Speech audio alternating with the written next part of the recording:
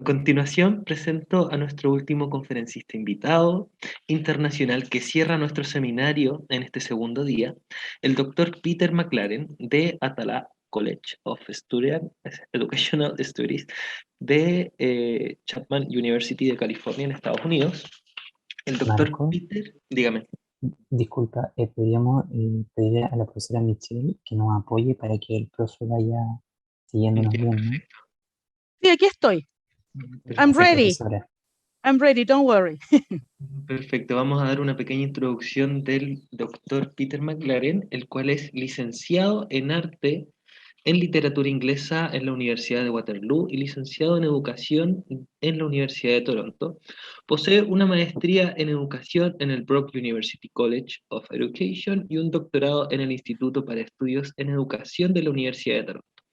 Después de obtener su doctorado, en 1983, se especializó en educación de barrios urbanos y lenguaje artístico en la Universidad de Brock. McLaren deja Canadá en 1985 para dar clases en la Facultad de Educación y Profesiones Afines en la Universidad de Miami, en Ohio, donde pasó 8 años trabajando con su colega Henry Giroux.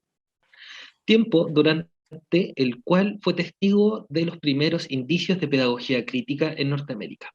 McLaren también fue director del Centro para la Educación y Estudios Culturales de la misma universidad, antes de ser contratado por la Escuela para Graduados en Educación y Estudios de la Información de la Universidad de California. El doctor McLaren nos compartirá su conferencia con el tema Freire, un hombre para todos los tiempos. Doctor McLaren, el espacio es todo suyo. Gracias. Gracias. Okay. Can you hear me okay? Sí, se escucha perfecto. Yes, yes. Yeah. Muy bien. Es un honor estar presente en este seminario. Gracias por tu amable invitación. I'm going to be speaking on a mentor of mine, and I believe everybody will know who that is, Paulo Freire. And it's a great pleasure for me to be speaking to you today. You know, this is a note for the translator. I'm going to be starting on the second page.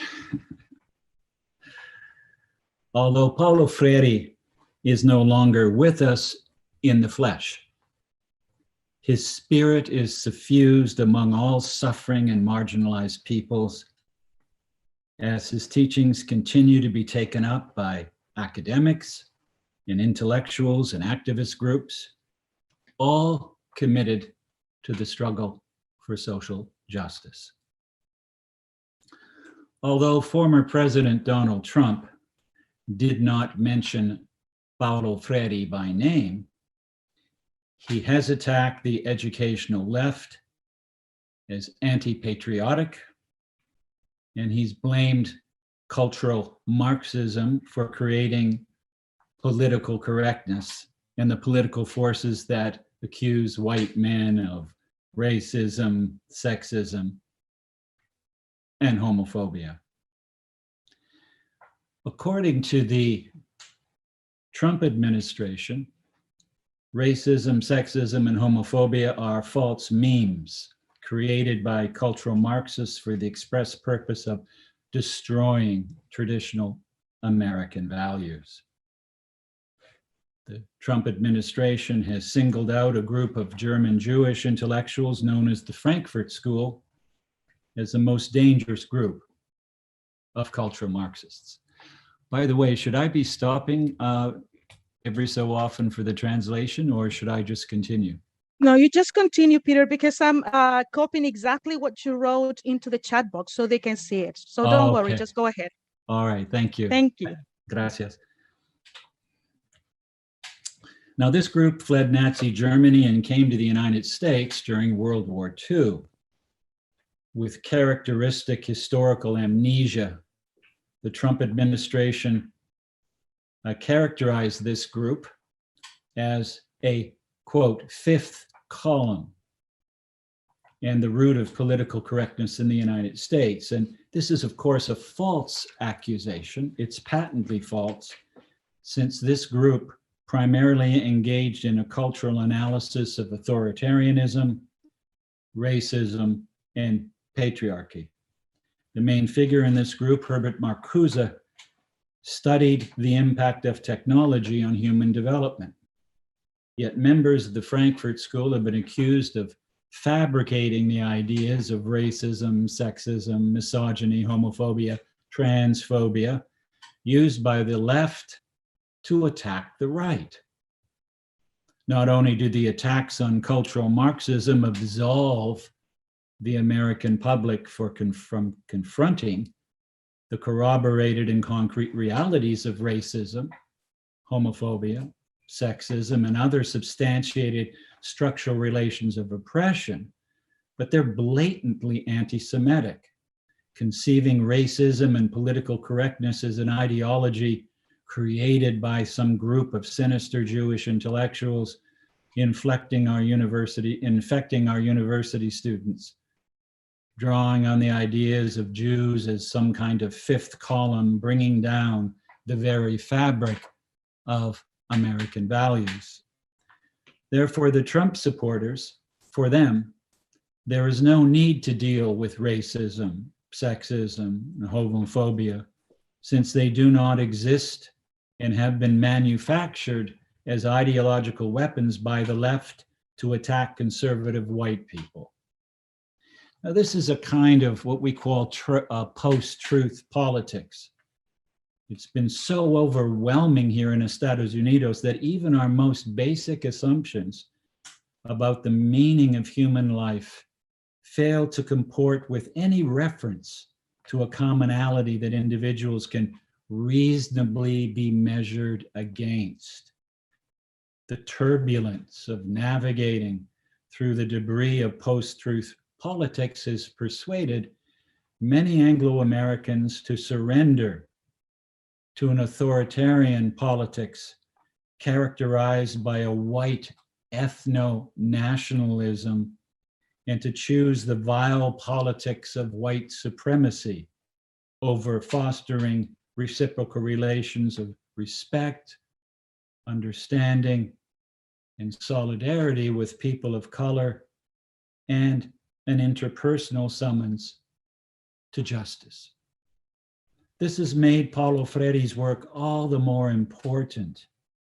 The expansion of Paulo Freire's work across the mediascape that define our collective lives has never been more urgent, offering revolutionary praxis as a means of shifting the tectonic plates of our contemporary political landscape that is witnessing now the death knell of democracy.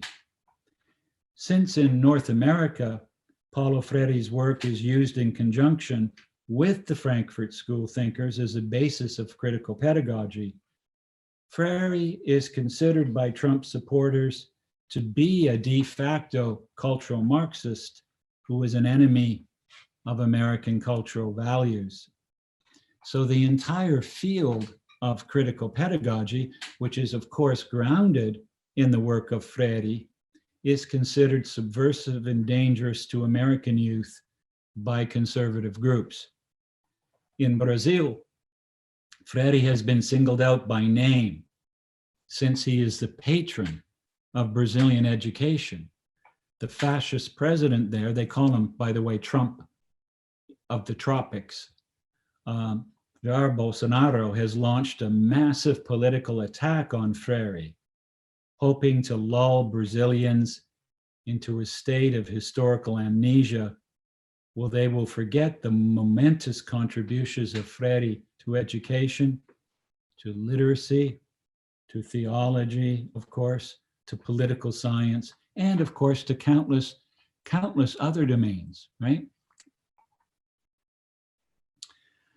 Freire is for Bolsonaro what cultural Marxism is for Trump and his supporters, a convenient scapegoat for the ills of the nation and a means of offering simple solutions for complex political problems.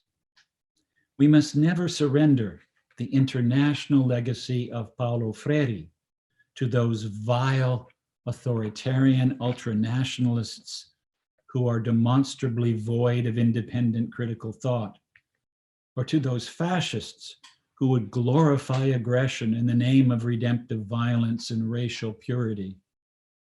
Freire noted in his book, The Pedagogy of Freedom, he quotes, "Here in Brazil, our authoritarian past is now being challenged by an ambiguous modernity, with the result that we oscillate between authoritarianism and boundless freedom, between two types of tyranny, the tyranny of freedom and the tyranny of exacerbated authority." Freire would have certainly revised that statement had he known what kind of tyrant would have been elected as president of both the United States and Brazil. Now, Freire established a new type of dialogical humanism through his lifelong engagement with the philosophy of praxis.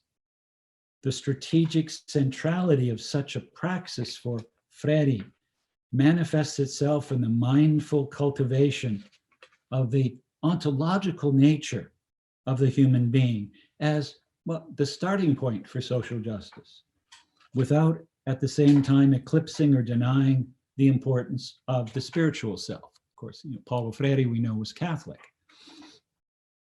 While the central protagonist of Freire's humanism is not God, but humanity itself, more specifically, what Freire calls the human-world relationship.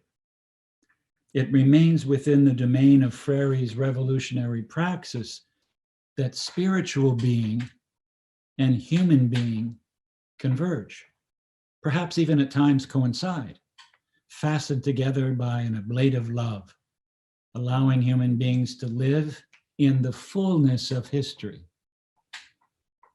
It's a protagonistic humanism that begins with ethical action, not with correct doctrine, and as such fits the central tenets of Catholic social justice teaching. It's a humanism rooted in eros, yet chastened by logos, a humanism that's consciously aware of its limit situations, and of course is capable of transcending them. It's a humanism that begins with a preferential option for the oppressed, an ethical imperative that begins with action, but develops heuristic concepts that enables the protagonistic agent to reflect on that action in order to name the world in new ways and thus transcend the exhausted epistemics of critical pedagogy and social theory.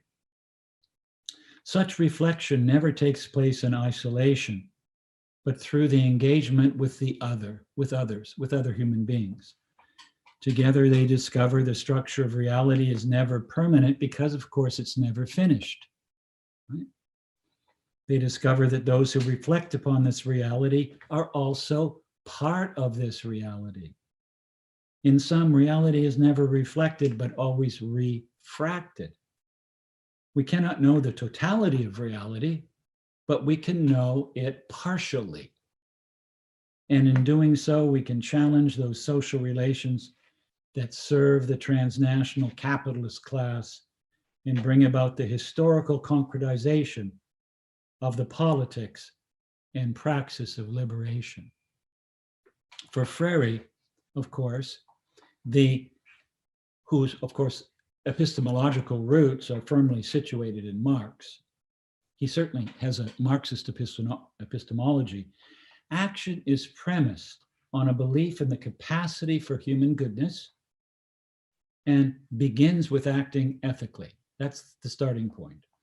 Marx reminds us that human beings revise their thinking given various changes in their circumstances, and that educators must themselves be willing to be educated. Revolutionary praxis or praxis has to do with the coincidence, and this is a quotation from Marx, a coincidence of the changing of circumstances and of human activity or self-change. So that Freire's concept of revolutionary praxis strikingly resembles Marxist theory on the origin of ideological alienation. How does the idea of liberation in Freire's work function as an instance of an instance that's determinative of praxis? Freire's own constitutive interest in serving the poor and his rhetorical invocations to free both the oppressed and the oppressors from the forces and relations of alienation in ideological mystification becomes clearer to Freire when he discovers heuristically words adequate to his response to the exigencies of poverty, of suffering, of alienation, right? Excuse me.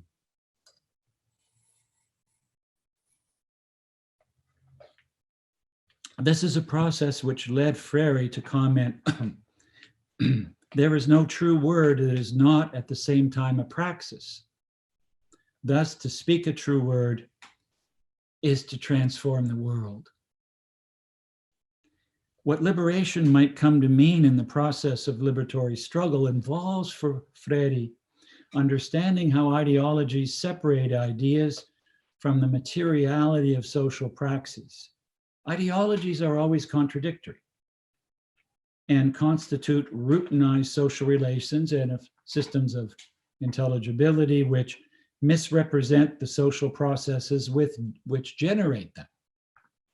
In the United States, asymmetrical relations of power and privilege serving the interests of the ruling class have fostered forms of economic exploitation that are fundamentally and systemically radicalized. The perils of racialized capitalism was most evident during the pandemic, right? The coronavirus pandemic, and instances where people of color suffered disproportionately in comparison to the white population, and where corporate profits surged while people starved. Freire fought for another world outside the precincts of value accumulation, a world that reflected the words of Archbishop Helder Camara, who said, "No one is so poor that they cannot give, nor so rich that they cannot receive." Such a world seems impossible to achieve as the pandemic stripped the veneer of democracy from the roots of capitalism, right? Exposing it as a new form of feudalism, right? Creating mass austerity in its wake. It was during this time that the forces of fascism reared their ugly head. Trump took control of the national narrative using the big lie from Goebbels in Nazi Germany, with naive and magical thinking, producing a fatalism among the masses.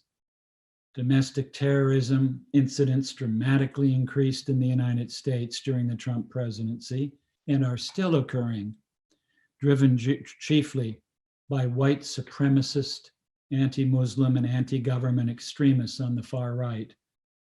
Victims have included Blacks, Jews, immigrants, LGBTQ individuals, Asians, and other people of color, right?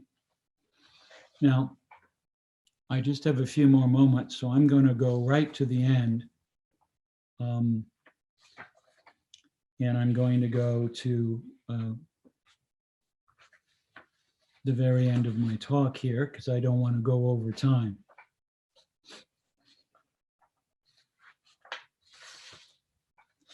In the United States, this is my page 15, in the United States, interest in Freire has been building since the release of Pedagogy of the Oppressed in English in 1970, and had reached a crescendo in the 80s and 90s that has sustained itself up into the present, assisted by the support of Henry Giroux, who became one of the most important advocates of Freire, and the publication of Freire's work in collaboration with three prominent US educators, Ira Shore and Donaldo Macedo and Miles Horton, a preoccupation with Freire's work among critical scholars continues here in Estados Unidos with no sign of diminishing, of course,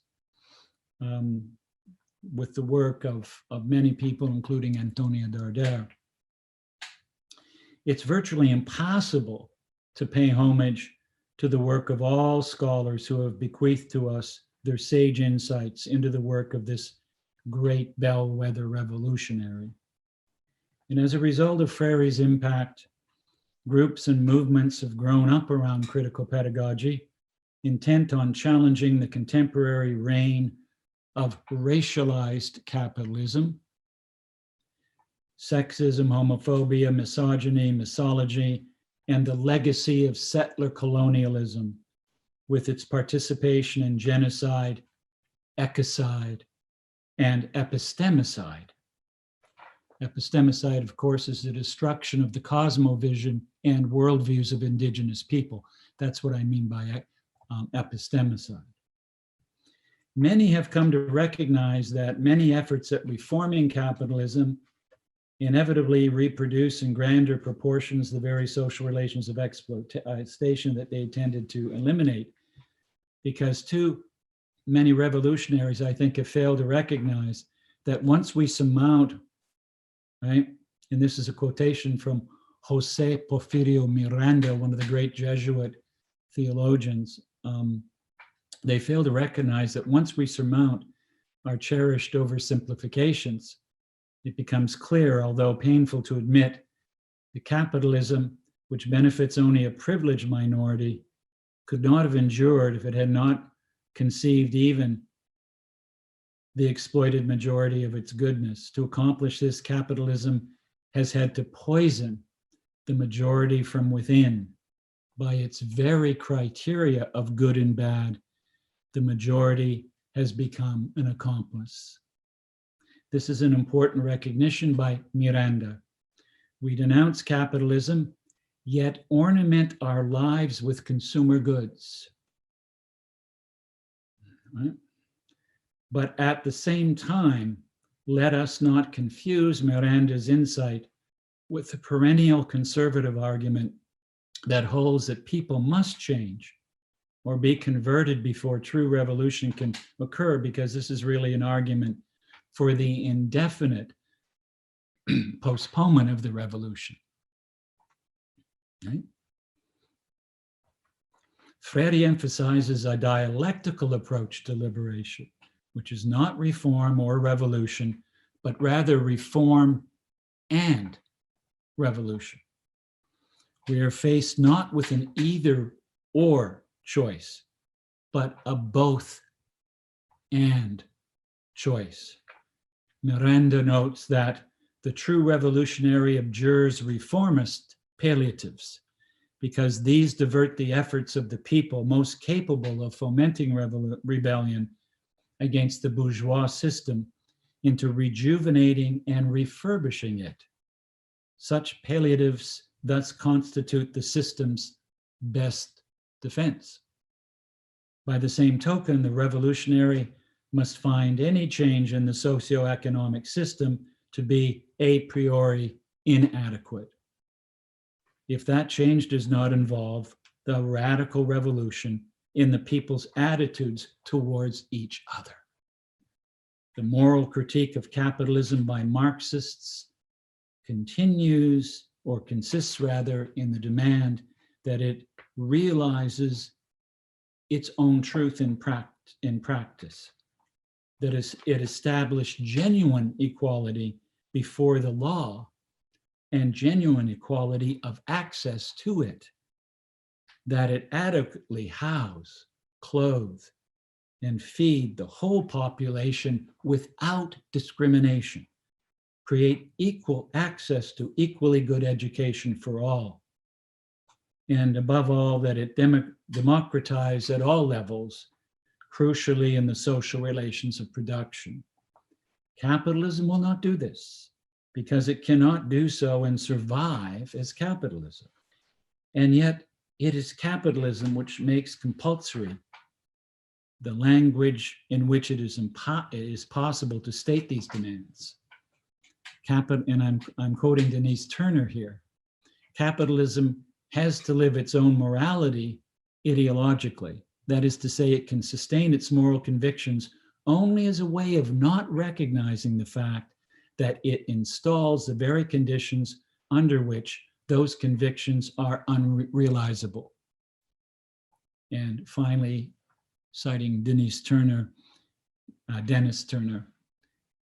it cannot abandon the moral language under which it cannot live.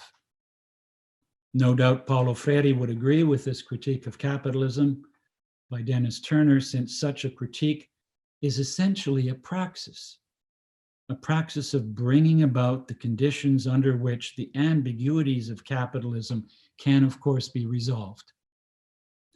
Freire incorporated the totality of his energies in an exemplary way, widening the sphere of liberation and creating paths from multiple arenas of struggle.